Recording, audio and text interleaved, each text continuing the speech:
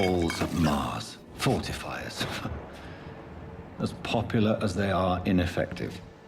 But they do contain iron tartrate, and that might prove itself useful.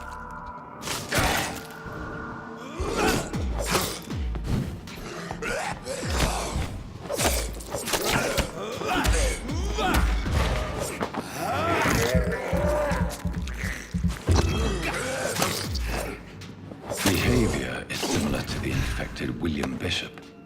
Must be the same strain. This sickness moves faster than influenza.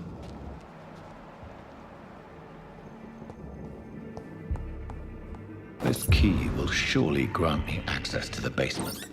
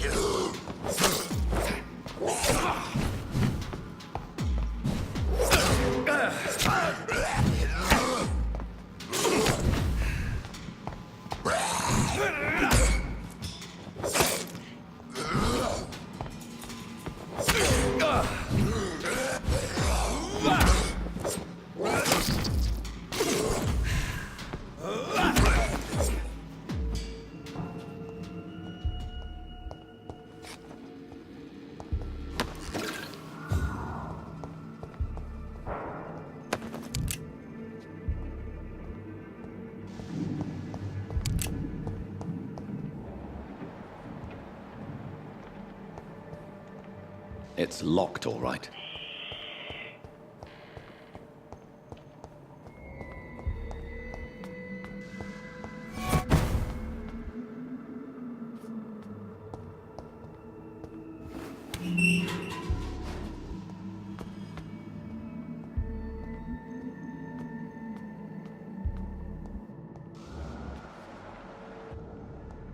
These scowls feed from corpses and the husks of animals.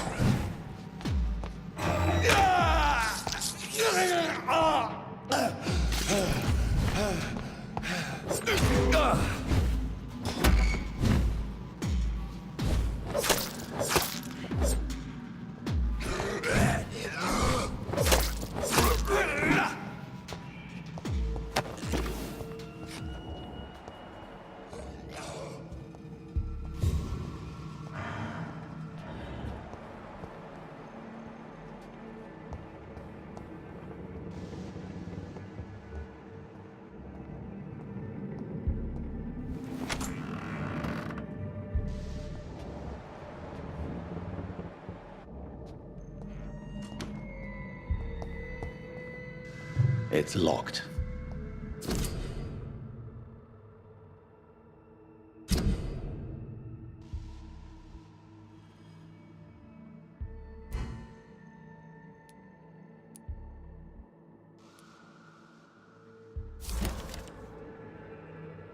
Mr. Connor's injuries don't match the report. I'd better look into this. Traces of a pinkish foam at the corner of the lips. Some sort of drug overdose, perhaps? Multiple abrasions and scarring on the arms and legs. Old and distinctive injuries of a sailor or a fisherman. The chest was originally opened to perform the operation. The sutures are clean, but the chest has been reopened. A puncture over the left lung, possibly a chest tube insertion. Not the cleanest work, but I think it was successful. Signs of internal bleeding. So, Dr. Tippett's anesthetics were incorrectly dosed, causing the patient's death. And then he tried to operate on him again. Tippett has made an egregious error. It's time we talked.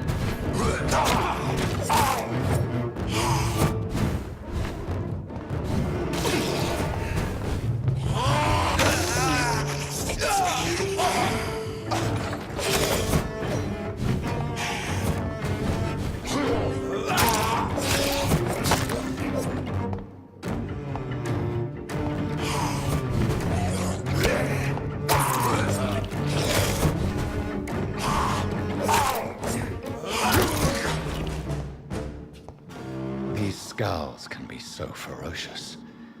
I'm not sure I can defeat them without becoming stronger.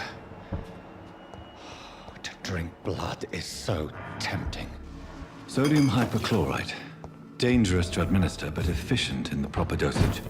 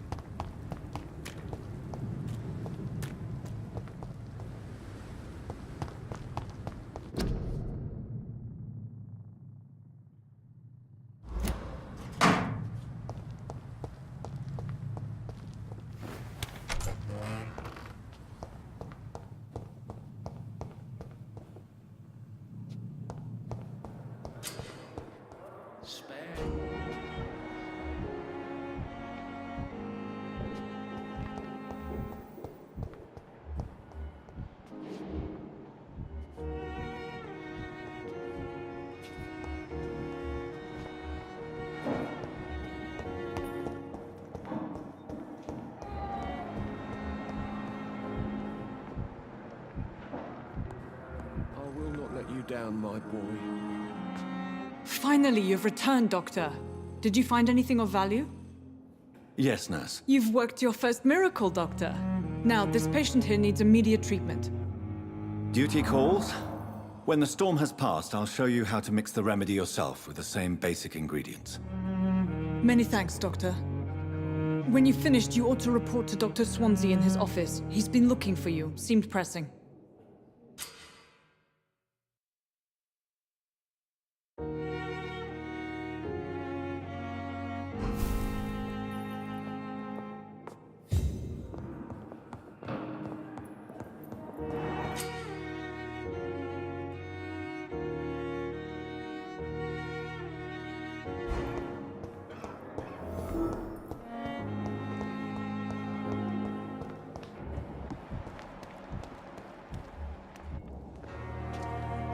Good evening, Nurse Hawkins. Good evening, Dr. Reid.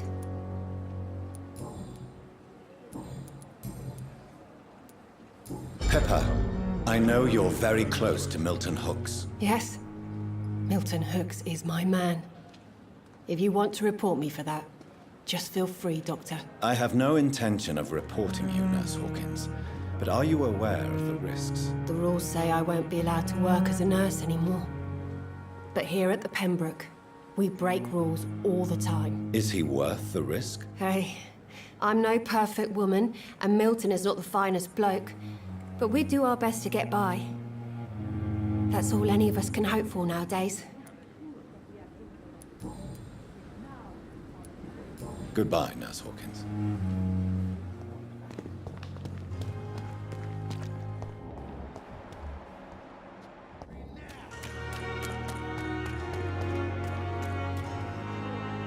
Hey, Doc. You're lucky to be alive, Mr. Cox. I hope you're starting to take better care of yourself. This place is full of sickness and decay. How could I get better in such a dump? Consider yourself lucky that I'm treating all of my patients equally. But don't push your luck. Don't play the innocent with me. I'm sure you have good reasons to act this way. And also weaknesses that can be exploited. I'll leave you for now, Mr. Cox.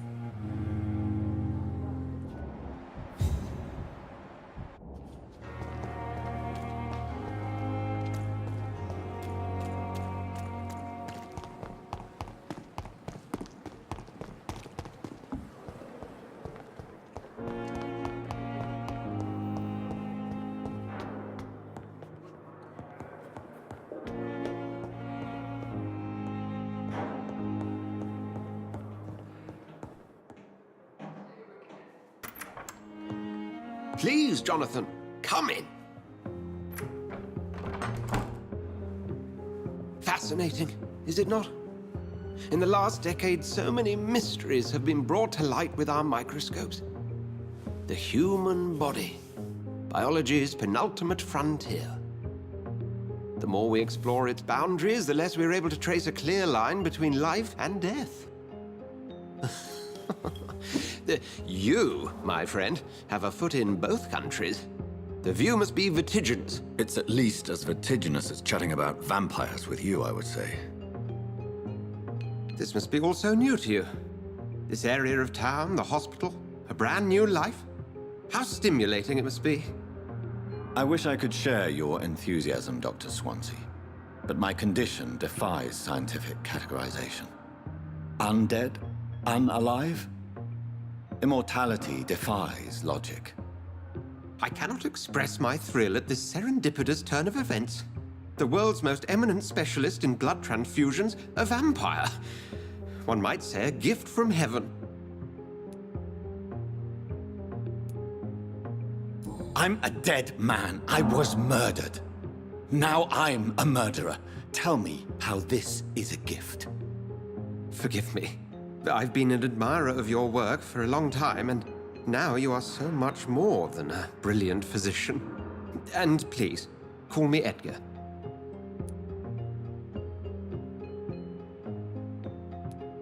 I'm not some doe-eyed student, Edgar. I understand we both have something to gain from this relationship. Very well. I have a task for you, Jonathan. Something that will require all your newfound skills. Please, go on. The Pembroke only survives through the generosity of our benefactors. Unfortunately, our main donor has found herself in a bit of a bind. Now, if you could help her out... A spokesman or politician is what you need. That's not my calling. And until I come to understand what has happened to me, I require discretion. Discretion is in order, Jonathan. Lady Ashbury has recently received rather indelicate correspondence that, if revealed, would jeopardize her position. And you would like me to eradicate this threat? By the stole, of course not. I would just like you to pay her a visit. Her ladyship is certainly near the tents outside, tending the sick. You can't miss her. Look for someone impossibly delicate. Accepted. I'll see what kind of trouble Lady Ashbury is in.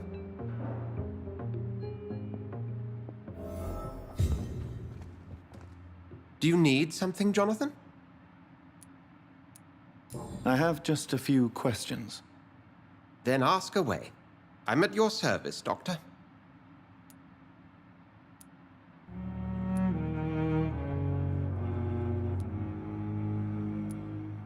Since you seem quite the expert on vampires, what could you tell me about my condition and how it came about?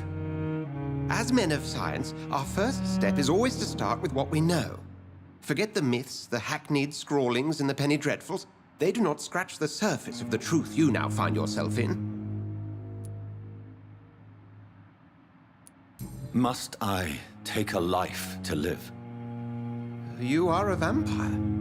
You feed, and blood is the sole sustenance that can sustain your immortal frame. And only a living creature contains the nourishment you require.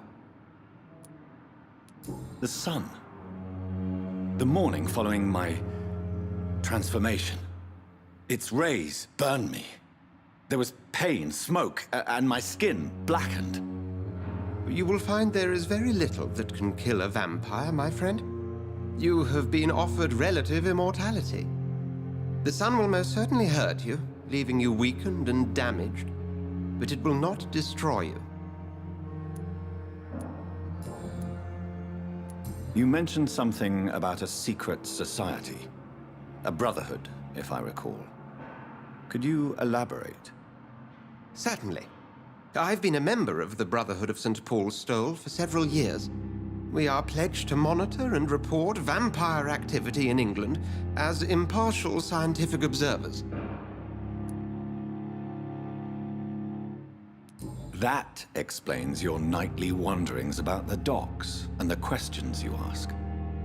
I feel it wasn't mere coincidence that led us to that part of town. There was something as yet unseen that set those chain of events in motion. Yet you don't fear me. And still, you know the monster that lurks beneath the civilized surface. The Brotherhood has studied your kind for centuries. We believe you are as supernatural as a lion is to a gazelle.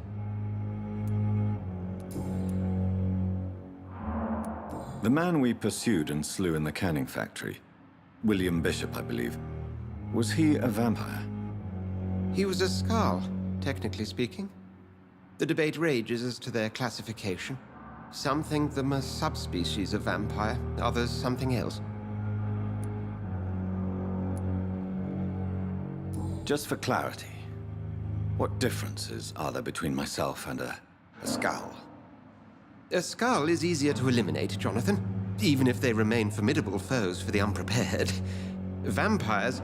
Now, vampires exist beyond the mortal realm. How do Skalds come into existence? The name means slave. The etymology may indicate that they are a lesser species of vampire. From what I know, vampires tend to despise them. Since I'm the one working for you, what should I know about Pembroke Hospital? Well, for many years, we have been the only medical facility in this part of town that people can rely on. We support the community here, as well as provide health care. What do you expect of me? What we need is hope. You were a soldier. This is a war. This white coat's still a uniform. We fight to help the poor, the sick of the East End, the forgotten. Where do we stand today? Oh, to be honest, we cope on a day-to-day basis. The first wave of the Spanish flu last summer took us by surprise. We lack many of the basic necessities needed. We'll see each other again soon, Edgar.